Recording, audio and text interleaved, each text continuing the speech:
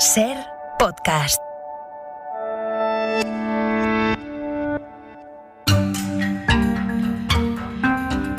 Hora 25. Con Pepa Bueno.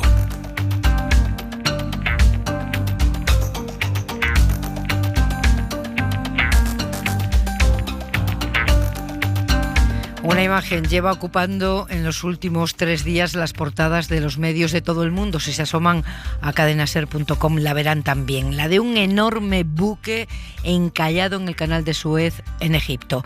Allí, en la capital del país, en El Cairo, está nuestra compañera Nuria Tesón. Buenas noches.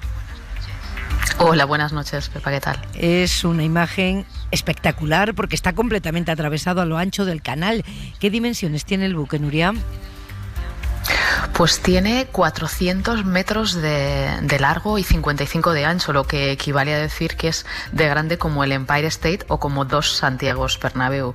Y además tiene capacidad para 224.000 toneladas. Por eso están intentando todo lo posible no tener que descargarlo para moverlo y desbloquear la vía marítima. ¿Y cómo llega un buque de esa envergadura a encallar como lo estamos viendo? Pues lo cierto es que en los últimos días y siempre que llega la primavera a Egipto es muy habitual que se produzcan tormentas de arena. La que se produjo esta semana, precisamente el día que el Ever Given tenía que atravesar el canal de Suez, vino con muchísimo polvo, había muy poca visibilidad y con unos vientos que tenían más de 50 kilómetros por hora. Madre mía, ¿y cómo piensan sacarlo de ahí, desencallarlo? No tiene pinta de que vaya a ser fácil.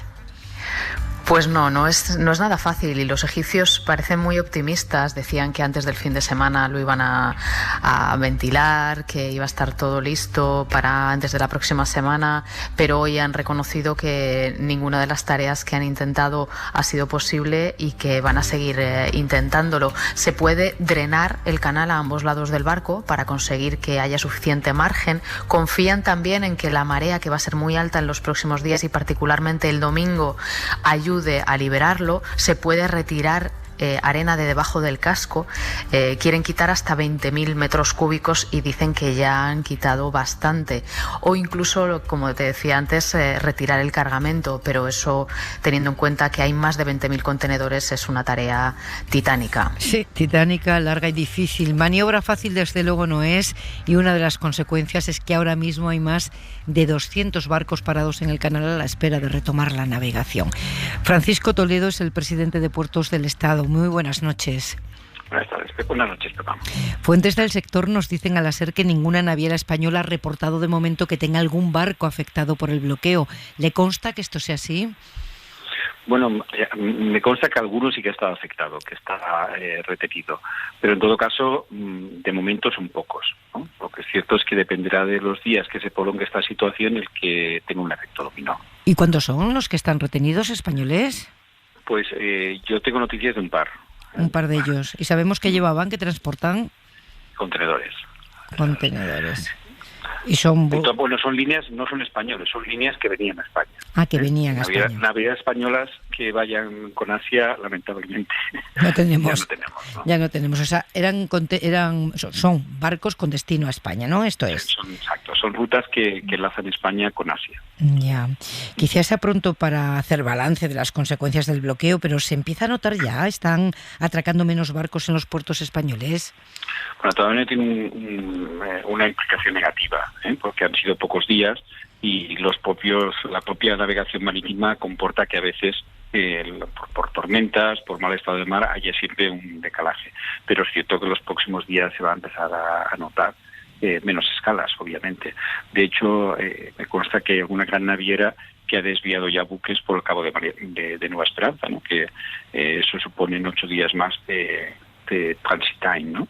Yeah. Bueno, el reruteo de rutas creo que es obvio que más de uno lo va a empezar a manejar y van a implementar posibles soluciones en la medida que pueda prolongarse más días. Como ha dicho antes tu compañera, alguna naviera me decía que esperaban la gran marea del lunes y que eso pudiera, en conjunción con todo lo que están quitando por debajo del buque, que pudiera reflotarlo. En manos de la naturaleza estamos, presidente de Puertos del Estado.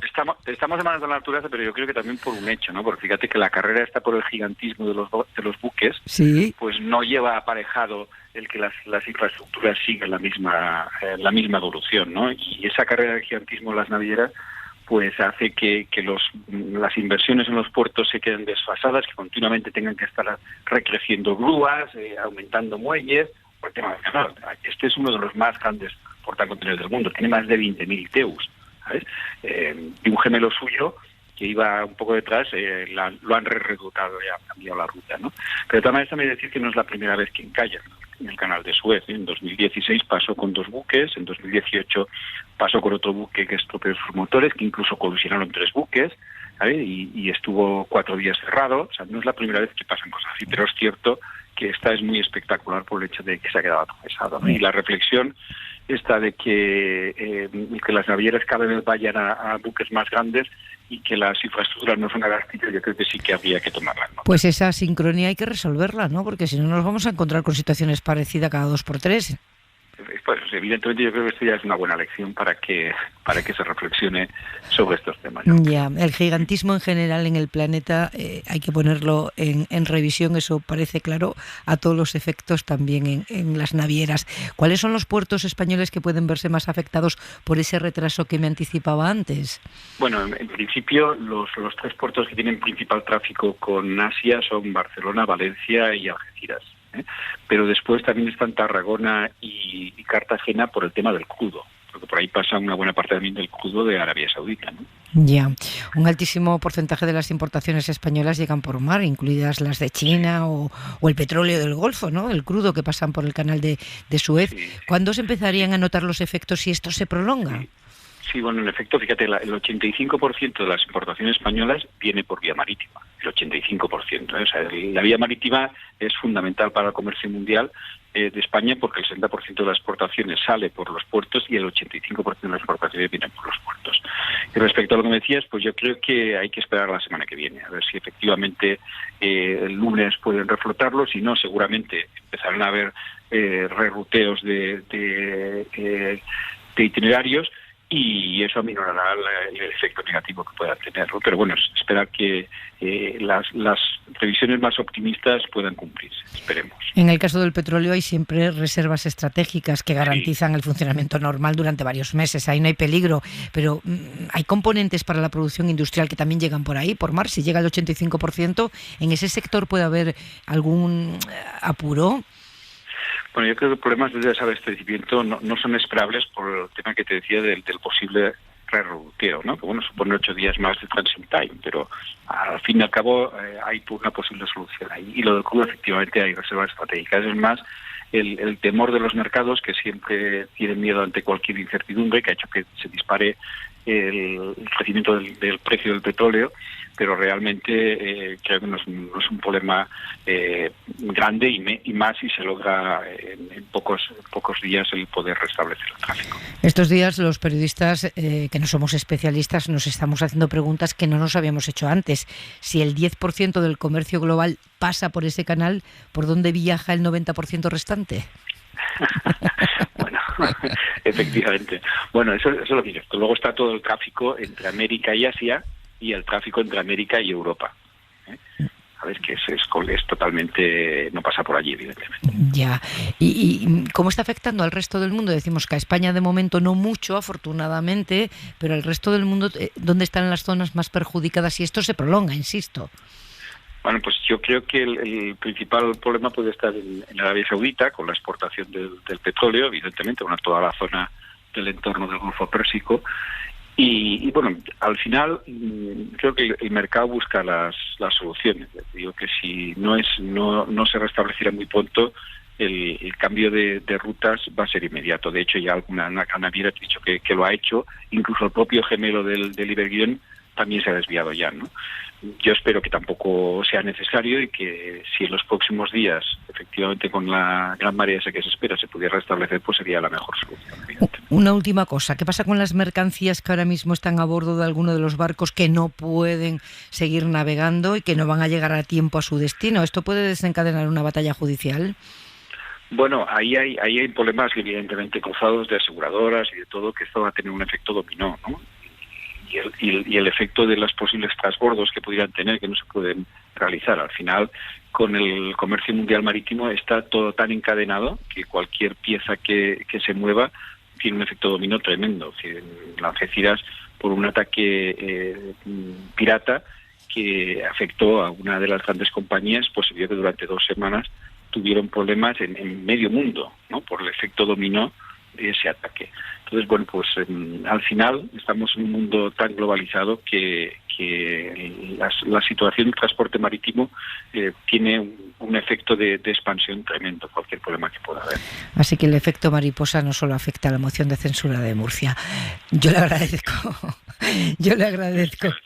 El efecto mariposa en el mundo global se produce en todas las direcciones. Francisco Toledo, le agradezco mucho, presidente de Puertos del Estado, que haya estado esta noche contándonos estas cosas tan interesantes. Muchas gracias. Encantado, muchas gracias a vosotros. Un saludo.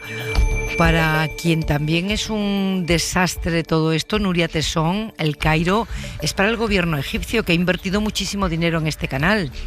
Sí, además es su proyecto estrella, porque el canal siempre ha tenido históricamente desde su construcción un carácter simbólico importantísimo.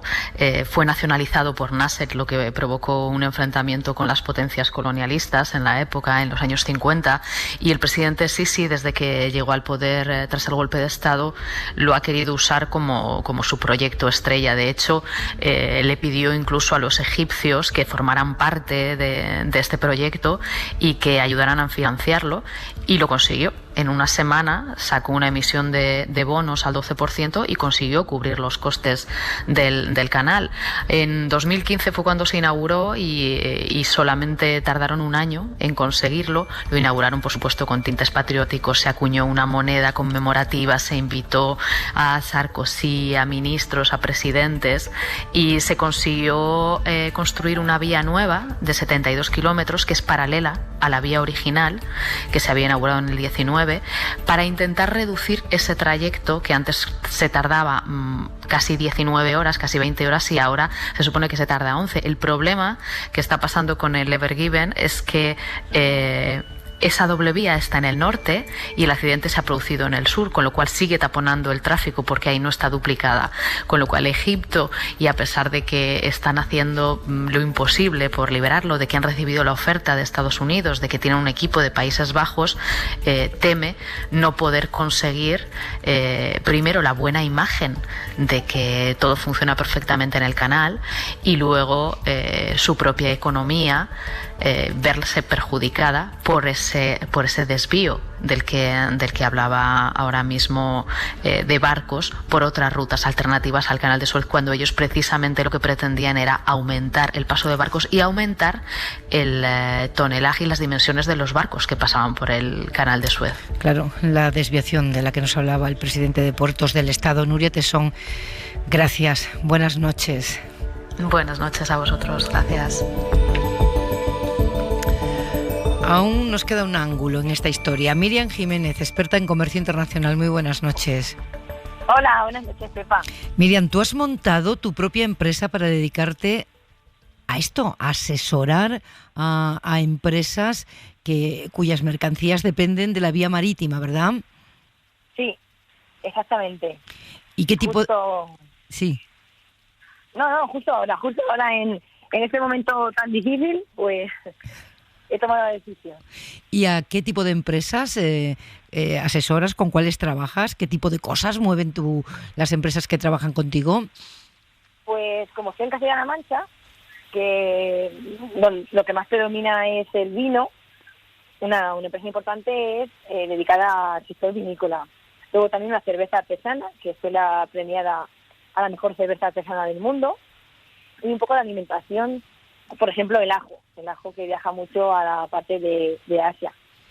Fíjate, pensamos en llamarte, Miriam, porque cuando hablamos de comercio marítimo a todos nos suena algo muy lejano, a grandes multinacionales, pero hay muchísimas empresas pequeñas, españolas, que necesitan que las mercancías les lleguen por esa vía o bien vender sus mercancías por esa vía también, ¿verdad? Exactamente. No únicamente usan el comercio internacional las grandes multinacionales. Cualquier empresa, cualquier pyme que su producto o materia prima está muy caro aquí en el mercado nacional, recurre al mercado internacional, busca la competitividad que tienen otras economías y adquieren esos productos de fuera. ¿Tus clientes están afectados por este bloqueo del canal de Suez? Pues en este momento, como estamos iniciando su exportación, llevamos unos meses, no han sido afectados, pero sí que otros compañeros que tengo en el sector, sus empresas estaban pendientes de recibir mercancía y por este parón en el comercio internacional estiman que va a haber una demora en recibir cierta mercancía. ¿Y de qué sector son quienes tienen esa demora? ¿De qué sector productivo? ¿A qué se dedican? Son más destinados a material de taller, de piezas que forman parte de máquinas más grandes de construcción, sobre todo pieza y objetos, suministros que se añaden a la pequeña fabricación que hay en España. Miriam, y tú que eres experta en comercio internacional, ¿qué tiene que hacer una empresa? ¿Qué hace una empresa que se vea afectada por un parón así, que vea que la mercancía no le va a llegar en forma y tiempo? Pues primeramente mantener la calma, porque esto que ha ocurrido al final es un fenómeno natural y sobre la naturaleza nadie tiene control. Pero sí que es verdad que una parte importante del Departamento de Comercio Internacional es el que prevé que pueden suceder imprevistos y hay que estar asegurado. Entonces, me imagino que toda la gente que trabaja trayendo mercancía o exportando mercancía a menudo en grandes volúmenes, pues tiene sus seguros, que forman parte al final de una pieza importante de los Incoterm. Los Incoterm son las reglas del comercio internacional y llevan aparejados seguros. Entonces, lo que sí va a haber ahora es mucha demanda de quién tiene la responsabilidad, quién asume la pérdida, y las compañías aseguradoras están detrás de todo esto. Miriam Jiménez, experta en comercio internacional, muchas gracias, buenas noches. Muchas gracias, Pepa, a ti.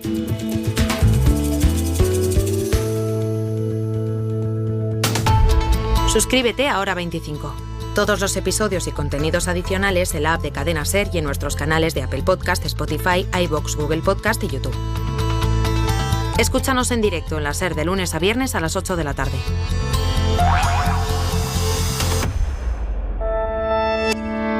Cadena SER. La radio.